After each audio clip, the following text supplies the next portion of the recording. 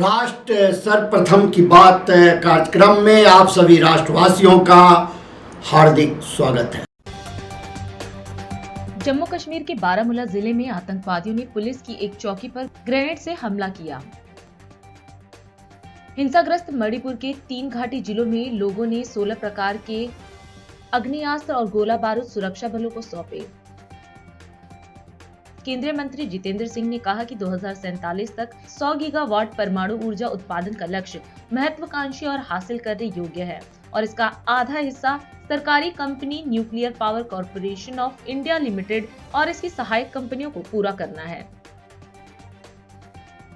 दिल्ली के सिंचाई एवं बाढ़ नियंत्रण मंत्री प्रवेश वर्मा ने नाव से यमुना का निरीक्षण किया और कहा कि पिछले 10 दिनों में नदी से 1300 टन कचरा हटाया गया।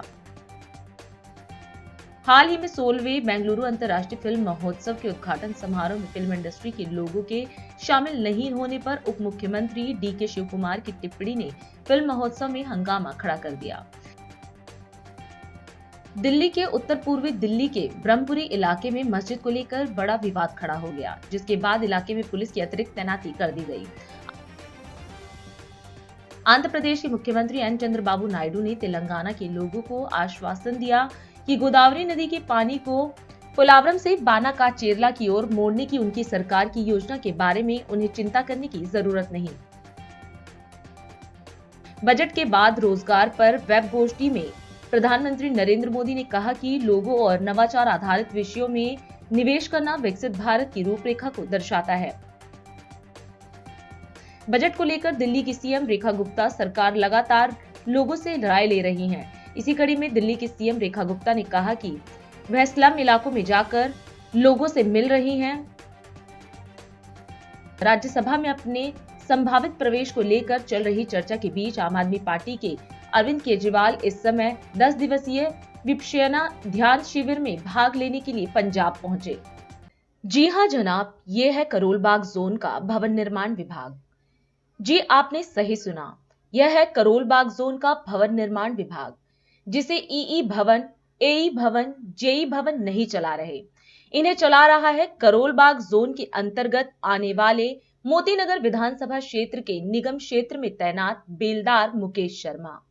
सही सुना आपने, जोन चला रहा है बेलदार मुकेश शर्मा और रिश्वत खाकर मस्त हो रहे हैं ईई, एई और जेई। जोन को चलाने की जिम्मेदारी एसई एवं डीसी की होती है। उनका दायित्व है कि वह डीएमसी एक्ट का सही ढंग से पालन करवाएं और जब उनके पास शिकायत पहुंचे तो उस पर त्वरित कार्रवाई करते हुए डीएमसी एक्ट लागू करवाएं।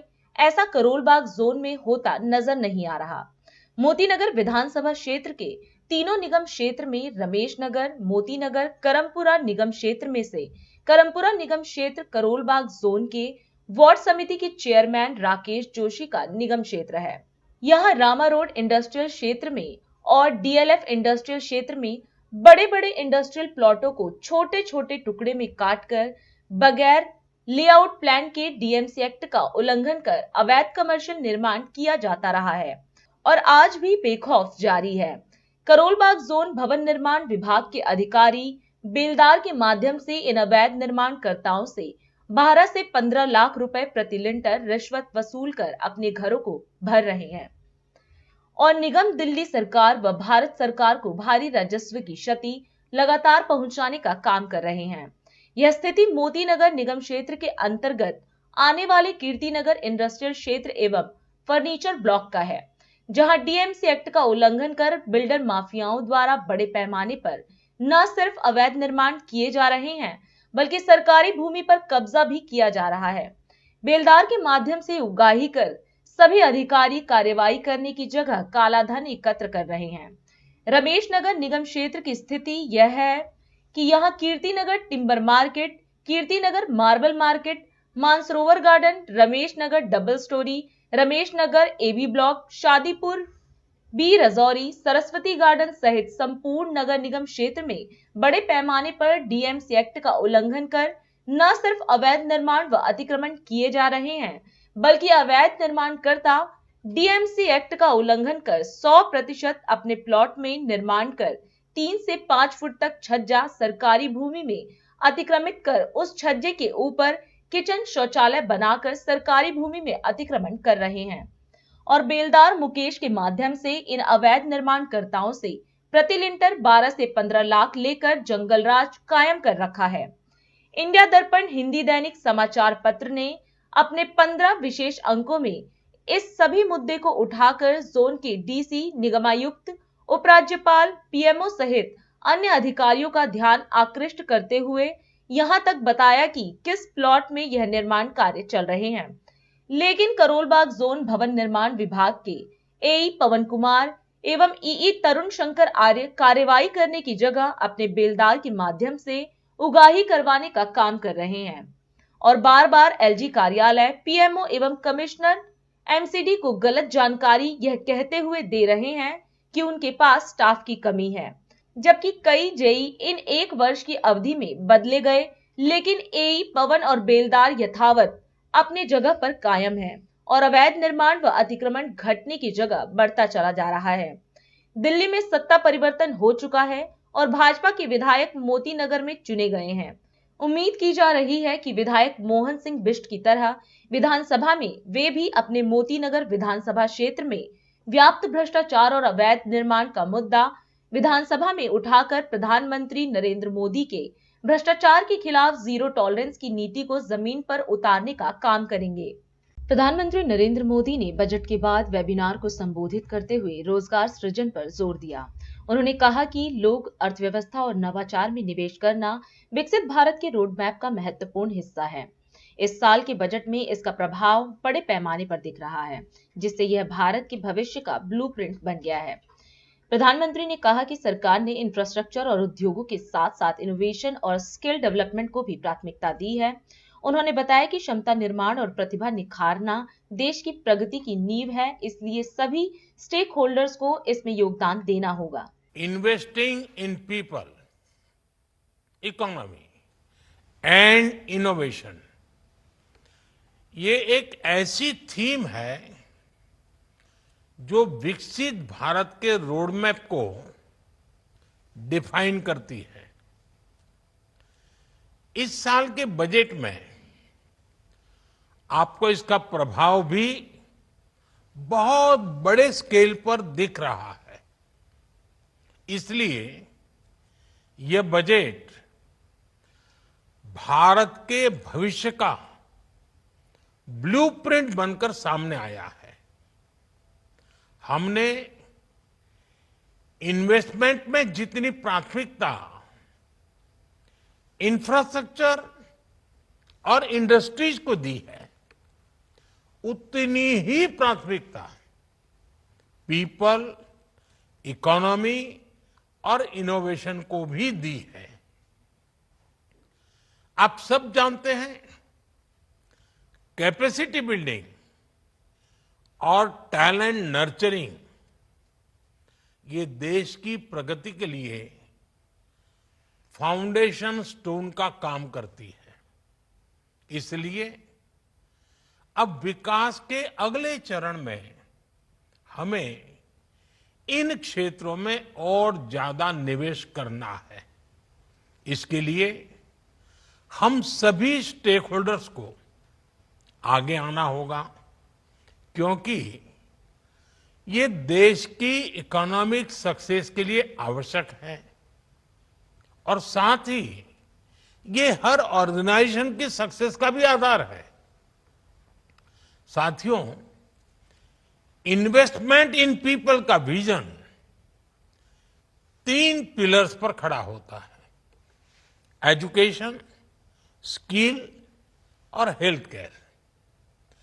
आज आप देख रहे हैं भारत का एजुकेशन सिस्टम कई दशक के बाद कितने बड़े ट्रांसफॉर्मेशन से गुजर रहा है। नेशनल एजुकेशन पॉलिसी जैसे बड़े कदम, आईआईटी का विस्तार, एजुकेशन सिस्टम में टेक्नोलॉजी का इंटीग्रेशन, एआई के फुल पोटेंशियल का उपयोग, टेक्स्ट बुक का डिजिटाइजेशन, 22 भारतीय भाषाओं में लर्निंग मटेरियल्स उपलब्ध करवाने का काम, ऐसे कितने ही प्रयास मिशन मोड में जारी है।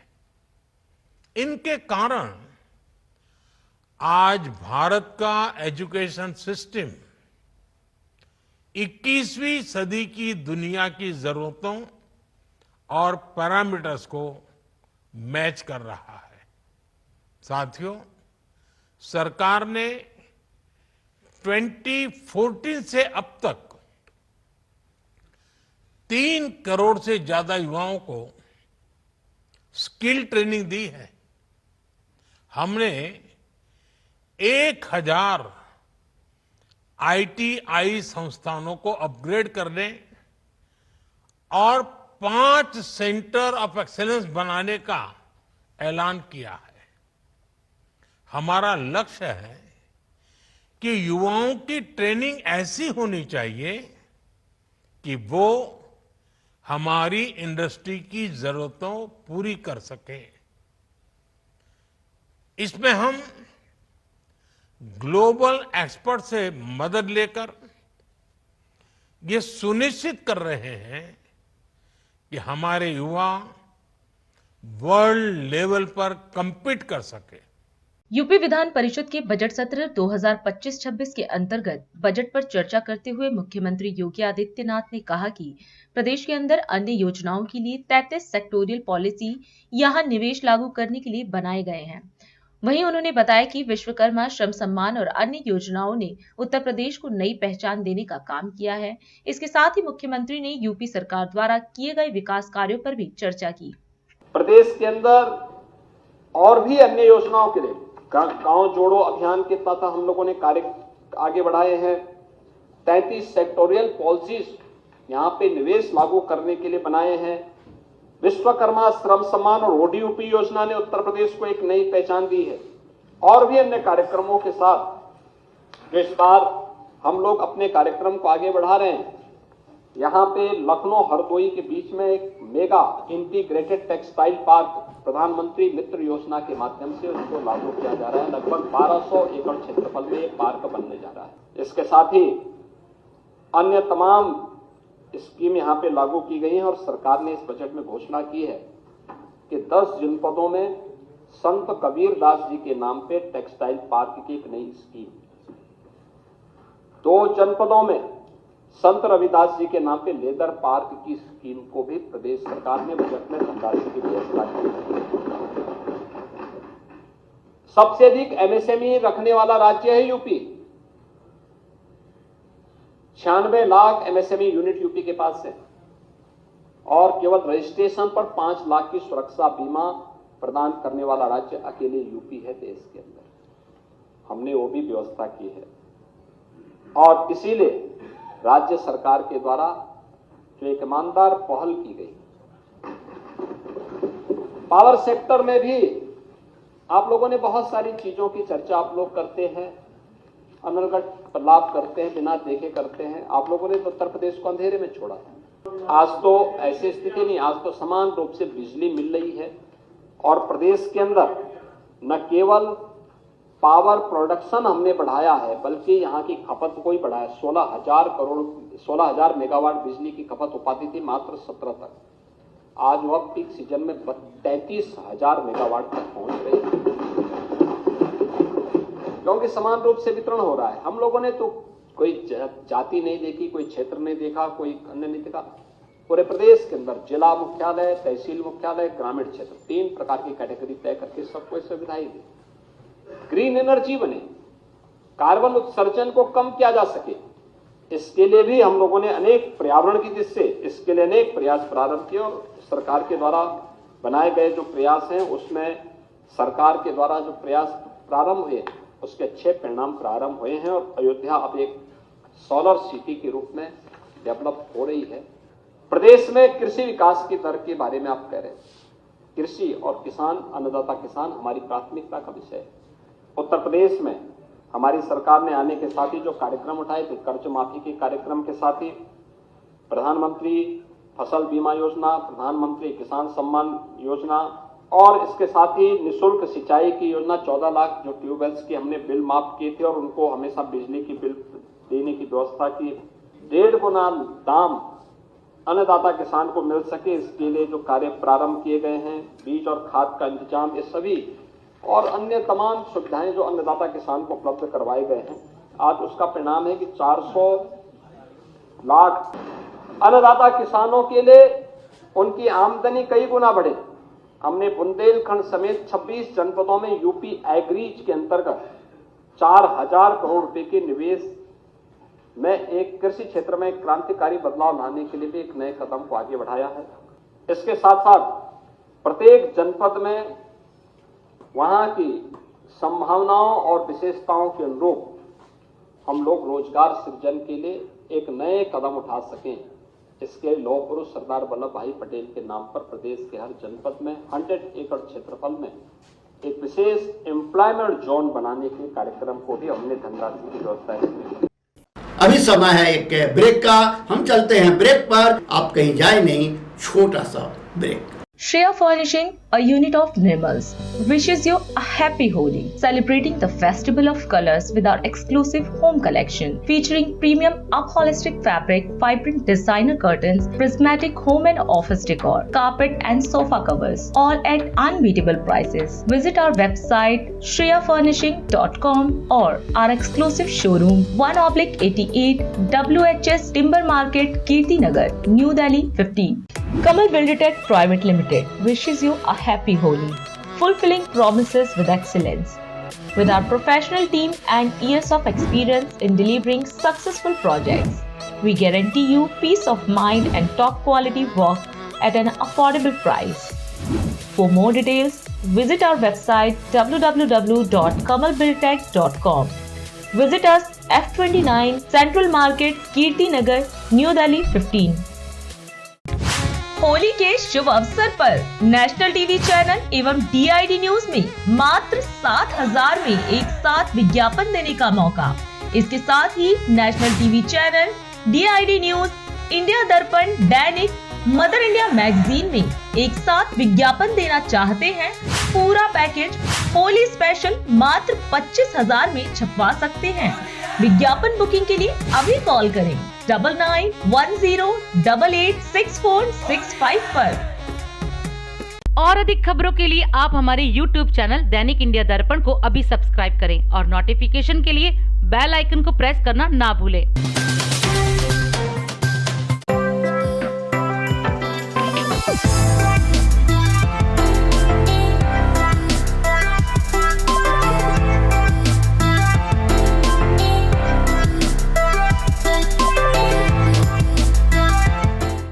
राष्ट्र सर्वप्रथम की बात कार्यक्रम में ब्रेक के बाद एक बार फिर आप सभी राष्ट्रवासियों का स्वागत है। सरस्वती गार्डन हेडक्वार पार्क मोतीनगर विधानसभा क्षेत्र में कई वर्षों से मदन लाल बहल जी के नेतृत्व में सदैव युवा व निरोग बने रहो कार्यक्रम हंसो और हंसाओ चलाया जा रहा है।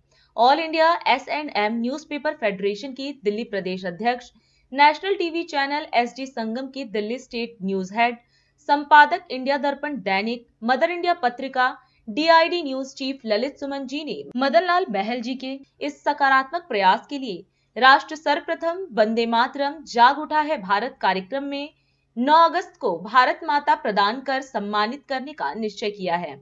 इस अवसर पर तिरंगा यात्रा भी जहां निकाली जाती रही है, वहीं देश की आजादी के लिए बलिदान देने वाले वीर बलिदानियों के वंशजों को भी संपूर्ण राष्ट्र से आमंत्रित कर रमेश नगर शहीद स्मारक, प्राचीन सूर्य मंदिर, श्री शिवनाथ योगाश्रम, मोतीनाथ संस्कृत कॉलेज के प्रांगण में सम्मानित करने का कार्य किया जाता रहा है, जिसमें सांसद, विधायक, निगम पार्षद, SHO, मीडिया कर्मी, विभिन्न सामाजिक, धार्मिक, व्यावसायिक, औद्योगिक क्षेत्रों के गणमान्य हस्ती अपनी उपस्थिति दर्ज कराते रहे हैं।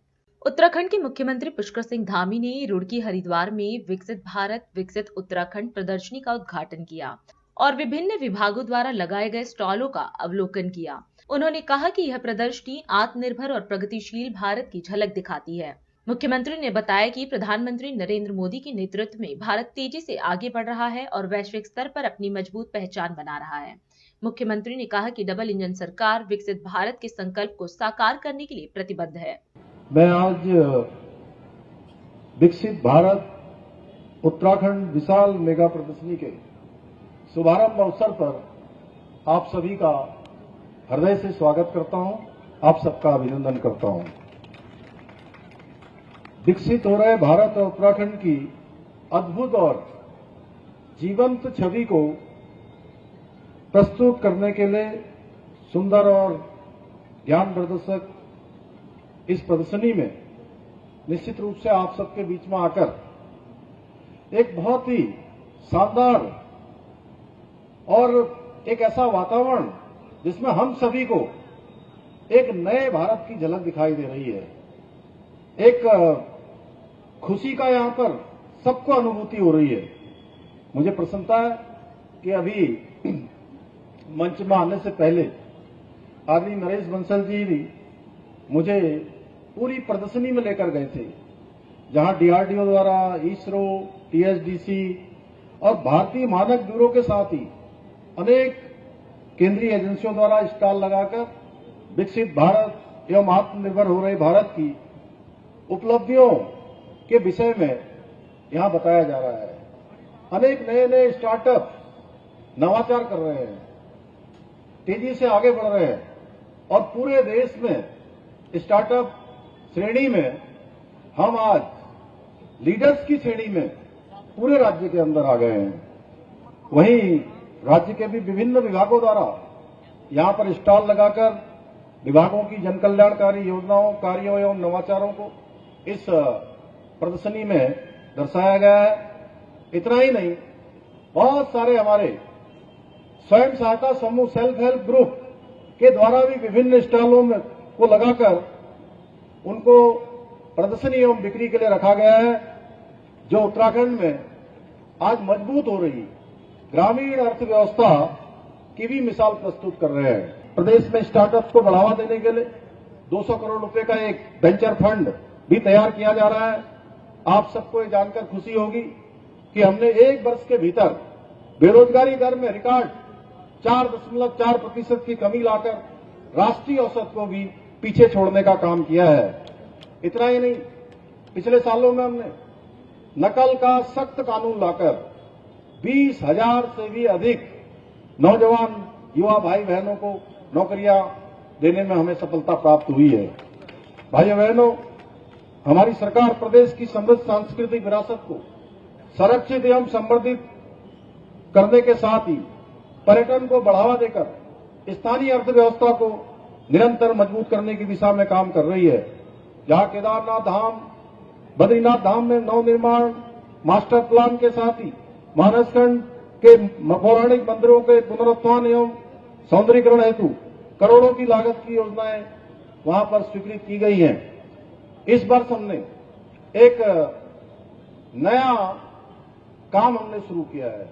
इस बार शीतकालीन यात्रा 8 दिसंबर 2024 से ऊखीमठ उस यात्रा में शामिल होकर ओंकारेश्वर मंदिर से इस यात्रा को हमने प्रारंभ किया है, जिसके बहुत अच्छे परिणाम आ रहे हैं। आने वाले समय में ये यात्रा हमारे लिए एक बहुत बड़ा हमारे राज्य की समृद्धि, हमारे राज्य की आर्थिकी और लोगों के रोजगार का बहुत बड़ा साधन बनने वाली है।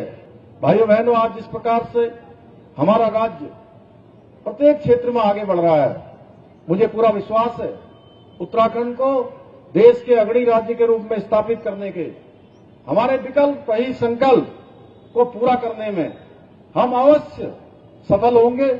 हरियाणा के मुख्यमंत्री नायाब सैनी ने बजट 2025-26 को लेकर विधायकों के साथ पूर्व बजट परामर्श बैठक के बाद प्रेस वार्ता की। उन्होंने बताया कि बैठक में 50 विधायकों ने शिक्षा, स्वास्थ्य, सड़कों, पेयजल, बिजली, खेल, अवसंरचना और नशा मुक्ति जैसे महत्वपूर्ण विषयों पर बहुमूल्य सुझाव दिए हैं। वहीं महिला विधायकों से भी बजट संबंधी सुझाव आमंत्रित किए गए हैं। सीएम ने कहा कि आगामी बजट में प्रमुख सुझावों को शामिल कर प्रदेश के विकास की गति को 3 गुना तक बढ़ाया जाएगा।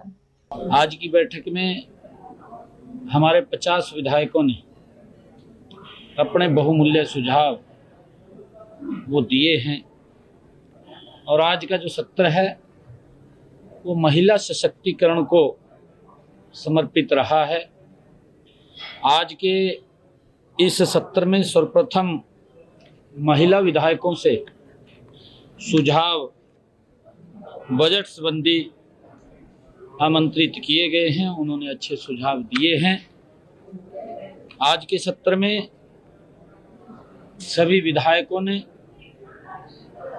जो सुझाव दिए हैं, शिक्षा, स्वास्थ्य, सड़कें, पेयजल, बिजली, खेल, इंफ्रास्ट्रक्चर, सफाई अभियान, नशा मुक्ति, बड़े महत्वपूर्ण विषयों पर सुझाव आज आए हैं।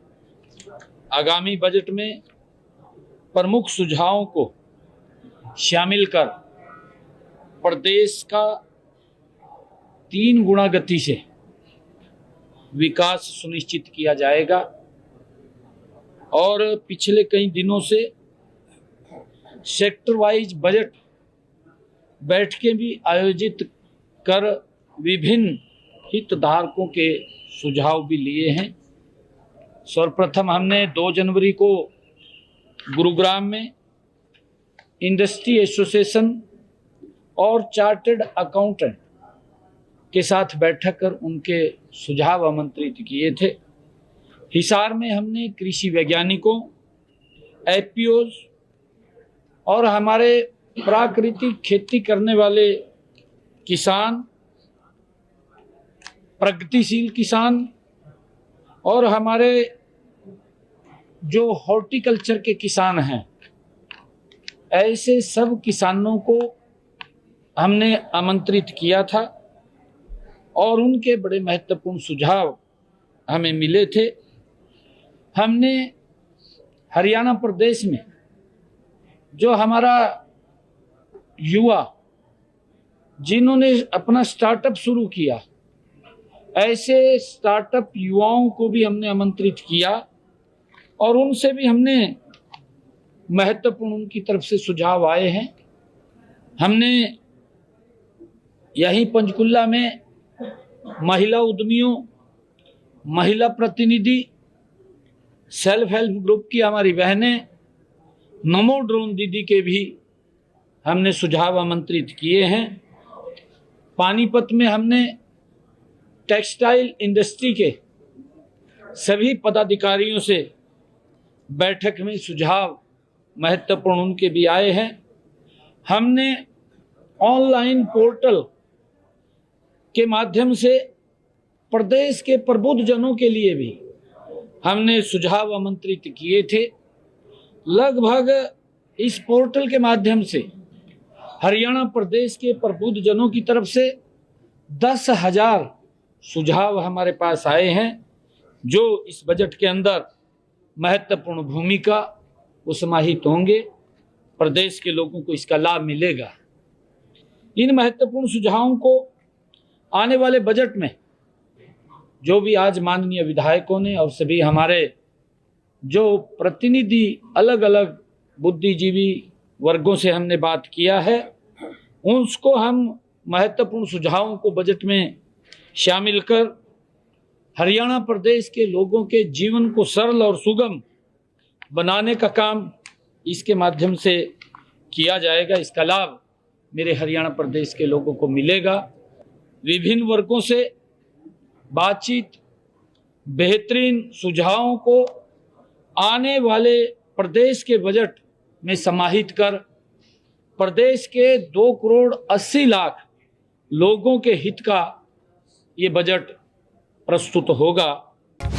होली के शुभ अवसर पर नेशनल टीवी चैनल एवं DID न्यूज में मात्र 7,000 में एक साथ विज्ञापन देने का मौका।